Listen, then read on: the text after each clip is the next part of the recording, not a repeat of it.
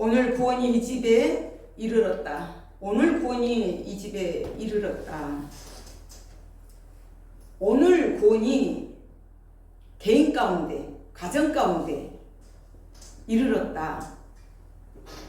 그 말씀을 누가 하느냐가 중요하죠. 예수님이 하신 말씀이에요. 예수님께서.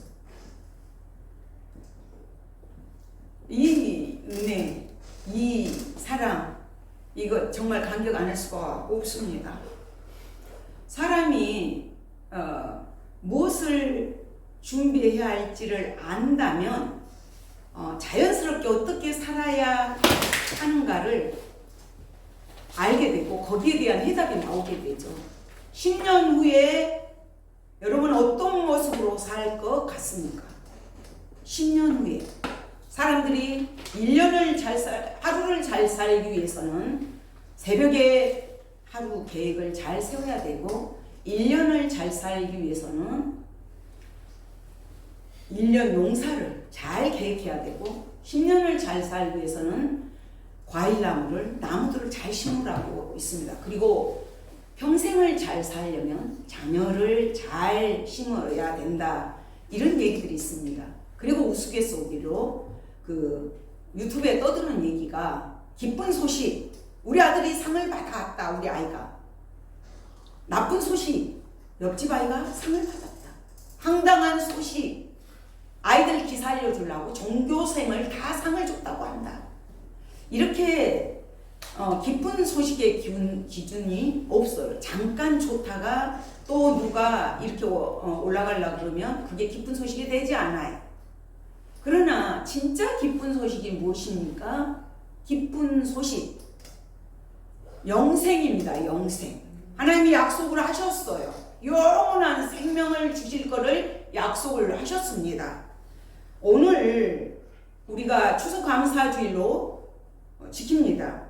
이 세상에서 가장 큰 감사는 무엇일까요? 가장 기쁜 소식이 무엇일까요? 또 이 세상에서 가장 큰 행복은 무엇일까요? 가장 소중한 만남의 복은 어떤 복일까요? 복같지만 오늘 본문의 주인공이 바로 이것을 극복한 사람입니다. 예수님께서 본문에 최우순의 전도 사역을 마치고 바로 18장에서 지난번에도 말씀드렸지만 그 과부가 불의한 재판관 앞에 가서 열정을 가지고 부르짖잖아요. 부르짖는 기도, 그것과 하나님은 뭐가 연관을 시키냐면 인자가 올 때에 믿음이 있는 자가 복이 있느냐. 인자가 올 때, 마지막 때에, 말세 때 주님을 찾는 자가 적다는 것을 암시하고 있습니다. 그러면서 여리고를 지나가시다가 여리고에서 일어난 사건인데 눈먼 소경을 고쳐요. 다른 복음서에서는 바디메오라 그럽니다.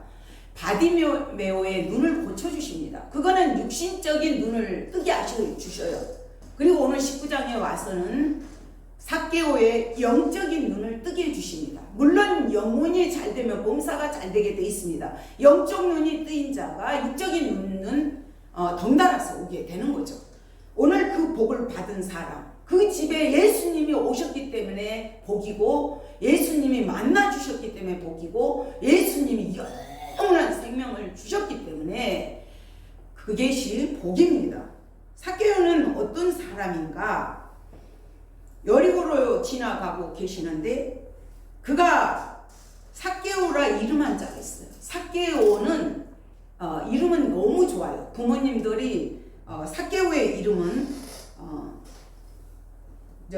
깨끗한 사람, 의로운 사람, 매우 아름다운 이름을 가진 사람이에요. 그래서 부모님들은 정말로 깨끗하고 의롭게 잘 자라주기를 바라면서 그 이름을 부르면서 길렀겠죠. 그러나 세리장이란 말이에요. 세리장은 세관의 세리장, 면허증을 가진 강도, 허가받은 도둑, 불의한 세리들을 통솔하고 지휘하는 자, 자기 로마 속국으로부터 유대인들을 배척하고 배반하고 그 로마 속국에 붙어서 세금을 쟁취하는 그런 일들을 하고 있습니다. 그래서 유대인들로부터 세리처럼 매국노처럼 창녀처럼 취급당합니다. 얼마나 그것이 억울한지 몰라요. 그러나 그는 주님을 만나고자 간절함이 있었어요. 그는 어쩌면 키가 작기 때문에 어떻게 해서라도 그것을 해소하려고 안간힘을 썼겠죠. 3절에 보면 그가 예수께서 어떠한 사람인가 하여 보고자 하되, 예수님을 보고자 해요. 만나고 싶어 해요. 그런데 키가 작아요. 가로막는 게 있어요. 키가 작고 사람이 많고 또 많은 사람들이 손가락질하는 비난받는 자예요. 예수님을 만나러 가재도 이런 장애물이 꽉 차 있는 거예요. 그렇기 때문에 그가 앞으로 달려갑니다. 다른 사람들보다 먼저 앞으로 달려가고 예수님을 보기 위해서 돌무화과 나무 위로 올라갑니다. 예수님께서 그리로 지나가신다는 소식도 들었겠죠. 세리 마태가 예수님 제자가 되었다는 소식도 들었겠죠. 세간에 앉아서 진디지휘하면서 일만 시키던 그가 예수님의 소식을 듣고 도저히 있을 수가 없는 거예요. 그러니까 안 되겠다 결심을 하고 결단을 하고 열망 있는 믿음을 가지고 신앙을 가지고 길거리로 나오게 됩니다. 키가 작은 것을 극복하기 위해서 나무 위로 올라가는 거죠. 예수님을 붙도록 보기를 열망하면서 올라갔습니다. 그것을 보고 주님께서는 그것을 아시면서 지나가시면서 만나주신 거예요. 그는 어쩌면 자기의 그 약점, 결점, 핸디캡을 없애기 위해서 나는 난쟁이니까 돈을 벌어야 되겠다. 어려서부터 얼마나 소외를 당했겠어요. 그렇잖아요. 그러다 보니까 나는 돈만 모으면 행복할 거야. 어떻게 해서라도 돈을 벌어야 돼. 부자라고 그랬잖아요. 돈은 모았어요. 부자예요. 그런데 그는 진정 가져야 될 것들을 다 잃어버렸어요. 자기 양심을 잃어버렸죠. 하나님을 잃어버렸죠. 이웃을 잃어버렸어요. 손가락질 받고 이렇게 살아가는 거예요. 사람이 잠언서에도 보면 어떤 사람이 행복한 줄 안가? 불의한 재물보다 깨끗한 양심과 하나님에 대한 사랑과 감사와 가난하지만 따뜻한 마음을 지닌 이웃을 소유한 사람이 행복한 사람이로다. 잠언서에서 이렇게 말씀하셔요. 또 가산이 적어도 여호와를 경외하는 것이 크게 부하고 번뇌하는 것보다 낫다. 가진 것이 적더라도 부자가 아니더라도 자기 양심을 깨끗한 양심, 선한 양심, 의롭게 살면서 하나님을 경외하고 하나님을 예배하면서 이웃들과의 관계가 잘 맺어진 것이 행복인 거죠. 그러나 그는 착각하고 살았습니다. 돈이면 다 될 줄 알고 돈을 택했던 것이죠. 돈이 우상이 되어 있던 거예요. 우상은 다른 것이 아닙니다. 하나님보다 더 사랑한 것이 바로 우상입니다. 예수님께서도 그러셨어요. 저에게 이르시되 삼가 모든 탐심을 물리치라. 사람의 생명이 그 소유에 넉넉함이 있지 아니한다고 말씀하셨습니다. 그러나 삭개오는 주님에 대한 열망이 가득 찼습니다. 그것이 감사하고 축복이에요. 그 선한 양심도 주님이 주셔야 됩니다. 어떻게 보면 그 가부 역시도 열정을 가진 그런 믿음이었고, 오늘 삭개오도 자기가 열정을 갖고 결단을 하고 행하잖아요. 나무 위에까지 올라갑니다. 우리는 어떻게 보면은 영적으로 보면 영적 난쟁이에요. 영적 난쟁이들과 똑같습니다. 핸디캡이 없는 사람이 누가 있겠습니까? 결점이 없는 사람이 누가 있겠습니까? 그러나 삭개오는 오늘 그것을 잘 극복을 했습니다. 우리가 사회적으로 신분이 낮은 것 때문에 주님을 찾아요. 내가 너무 낮이기 때문에 어쩌면 주님을 찾습니다. 또 가난하기 때문에 주님을 찾아요.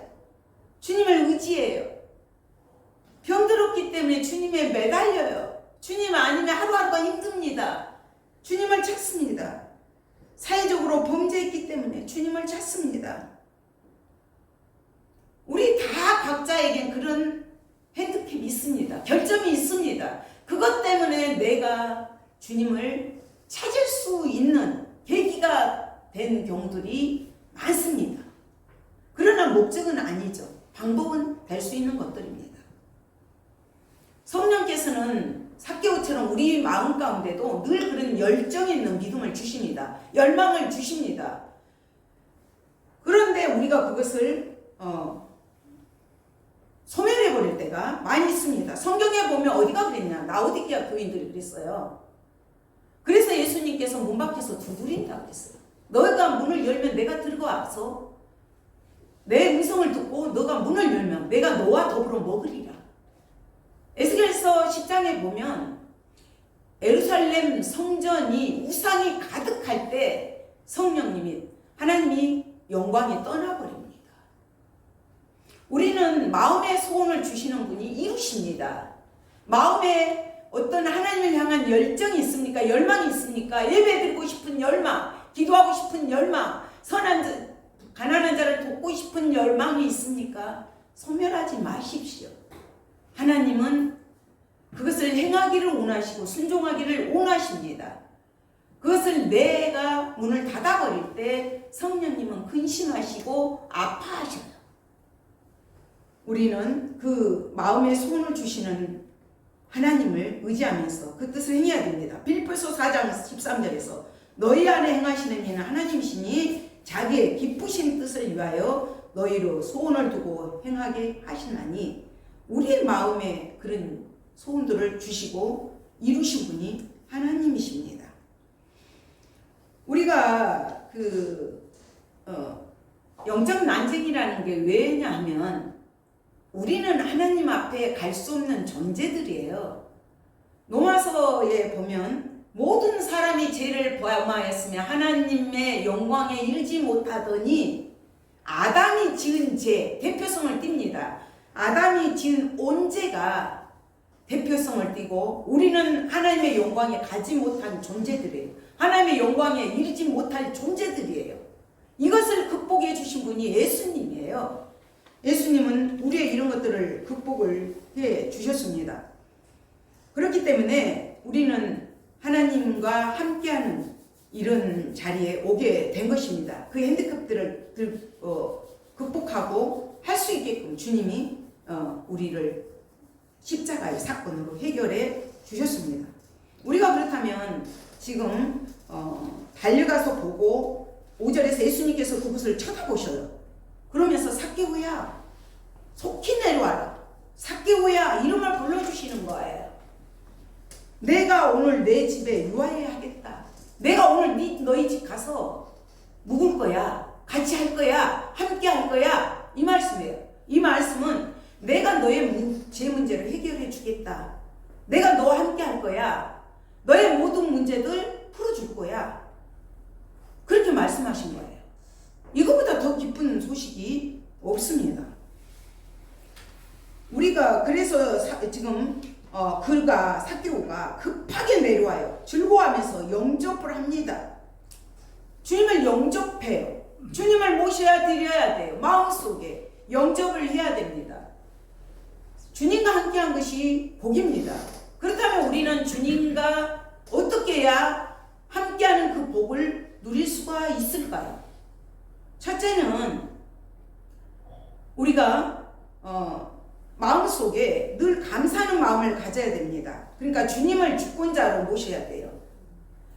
내 안에 내가 주인이었죠. 삭개오도 돈이 주인이었죠. 그러나 그 자리에 예수님이 딱 오신 거예요. 그래서 주인이 바뀌었어요. 내 삶의 주인이 예수님이십니다. 주님이십니다. 우리 가정의 호주십니다. 주권자십니다. 모든 것들을 통솔하신 분이십니다.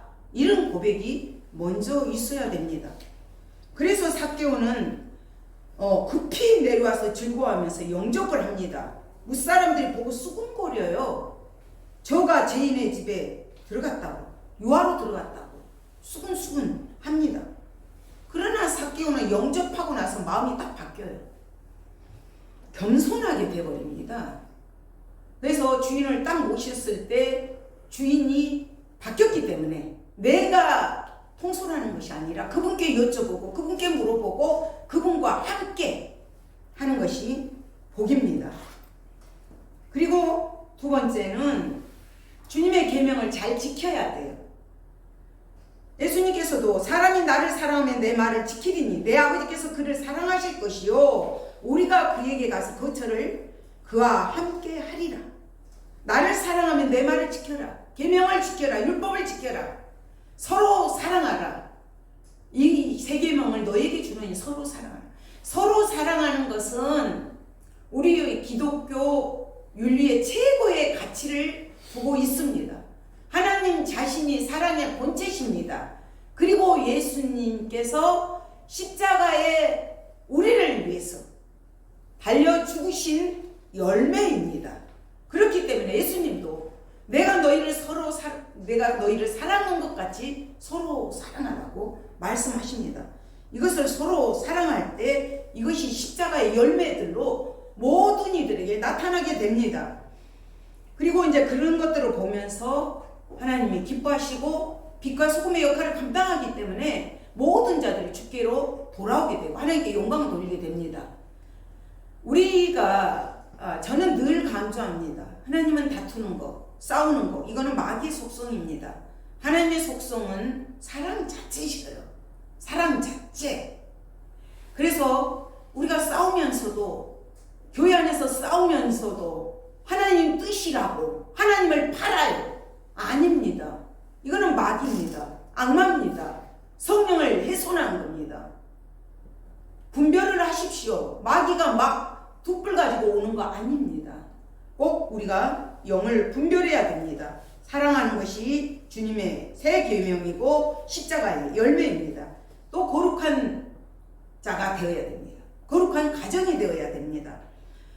주님은 거룩하다는 것은 세상의 불의와 죄악과 관계없이 주님을 닮아간다는 거예요. 주님을 섬긴다는 것이에요. 어려움이 올 때 항상 잠깐 멈춰서 내 뜻을, 내 생각을 먼저 말하지 마시고 이럴 때 주님은 어떻게 하셨을까? 이럴 때 주님 이럴 때 어떻게 해야 됩니까? 먼저 여쭤보십시오. 주님은 거룩하기를 원하십니다. 내가 거룩하니 너희도 거룩하라. 거룩하기를 원하십니다. 의의 열매를 맺기를 원하십니다. 우리는 죄와 우상 숭배로 인해서 인간들이 타락해버렸어요. 거룩함을 상실해버렸고 세상에 탐욕과 불의와 악의에 물들어 있어요. 저 사람은 저러던데. 그게 아닙니다. 우리의 표준은, 기준은 진리 대신 예수 그리스도십니다. 말씀이 기준입니다. 우리가 때를 분별하고 말씀으로 늘 거룩한 생활을 해야 합니다. 그래서 저희 교회는 일주일 동안의 삶을 되돌아보면서 늘 보혈을 의지하면서 와서 잠깐 참여하는 기도를 합니다. 주님 씻어주십시오. 물론 언제는 아담으로부터 내려온 죄의 싹은 사망이잖아요. 죽음은 우리가 피할 수가 없잖아요. 그 언제는 예수님을 믿음으로 해결을 받았습니다. 그러나 우리의 자범죄, 매일매일 삶 속에서 지은 죄는 주님 앞에 와서 우리가 고백을 드려야 됩니다. 목욕한 자는 또 세수할 필요는 없지만 매일매일의 손은, 목욕할 필요는 없지만 손은 씻어야 합니다. 그렇기 때문에 주님 앞에 나올 때마다 우리는 그 거룩하기 위해서 힘써야 됩니다. 그리고 결단이에요. 거룩한 생애, 늘 우리는 이쪽을 택할 것인가 이쪽을 택할 것인가, 우리는 선택의 기로에 서 있습니다. 여호수아가 강권적으로 이렇게 얘기를 합니다. 여호수아 24장에서 만일 여호와를 섬기는 것이 너희에게 좋지 않게 보이거든 너희 조상들이 강저 쪽에서 섬기던 신이든지 또는 너희가 거주하는 땅에 있는 아모리 족속의 신이든지 너희가 섬길 자를 오늘 택하라. 결단하라. 우상 숭배하고 오늘은 내 마음대로 내 뜻대로 살고 또 하나님 앞에 그러지 말라는 거예요. 결단해라. 섬길 자를 택해라 촉구합니다. 바울은 깜깜한 밤에 암흑 같은 지륵 속 그런 밤에 깊은 옥에 갇혀 있었어요. 그곳에서도 하나님의 거룩을 나타냅니다. 그곳에서 바울과 실라가 밤새 하나님께 찬양을 드리고 기도를 합니다. 그때 옥문이 열리고 쇠사슬이 끊어져요. 간수가 그거를 보고 벌벌 떨고 자결을 하려고 합니다. 어차피 죽기 때문에. 그랬을 때 우리가 여기 있다 그러지 마라. 바울이 그랬을 때 우리가 어떻게 해야 구원을 받습니까? 주 예수를 믿으라. 그리하면 너와 내 집 구원을 받으리라. 간수가 다 바울을 데려다가 자기 집에 씻기고 그곳에서 모십니다. 그런 것들을 보면서 깜깜한 밤이었지만 어두운 밤이었지만 칠흑 같은 밤이지만 어려움을 당하는 고난의 때였지만 하나님도 보고 계시지만 이웃들도 보고 있단 말이에요. 그곳에서 거룩함을 나타내고 하나님을 잊어서는 안 됩니다.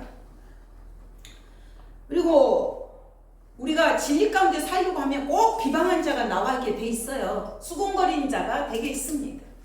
지난주에 우리가 어느 편에 설 것인가? 선과 악이 대립될 때 어느 편에 설 건가? 참과 거짓이 설 때, 빛과 어둠이 할 때 어느 편에 설 건가? 비방받고 우리가 오해도 받고 그럽니다. 그러나 우리는 진리 되신 예수님을 영접했다면 모셨다면 감사하십시오. 집에 들어갔다고 그들이 수군될 때 초대교회도 마찬가지였어요. 이렇게 성찬식을 한 것을 보고서 저들이 예수의 피를 마시는 것을 사람을 죽여서 그 피를 마시는 악한 집단이라고 말을 했고 또 그 로마 황제를 주님이라고 불러야 되는데 그리스도만을 주님으로 불렀기 때문에 역적으로 박해를 받았어요.